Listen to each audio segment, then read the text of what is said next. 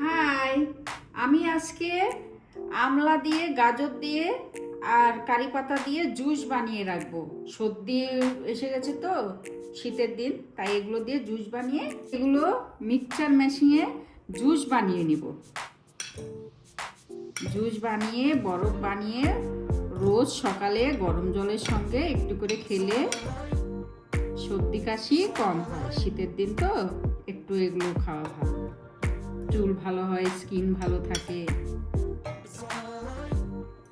এই যে দেখুন, আমি সবগুলো পেস্ট করে নিয়েছি। এখন আমি এর মধ্যে রেখে আইস বানিয়ে নেব।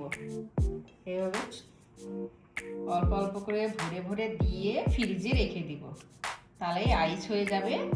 তো এটাই রোজ সকালে গরম জলের সঙ্গে খেলে শরীর ভালো হবে, সর্দি কাশি কম হবে।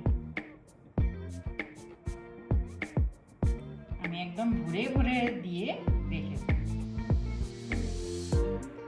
এই যে এইভাবে উঠিয়ে নিতে হবে।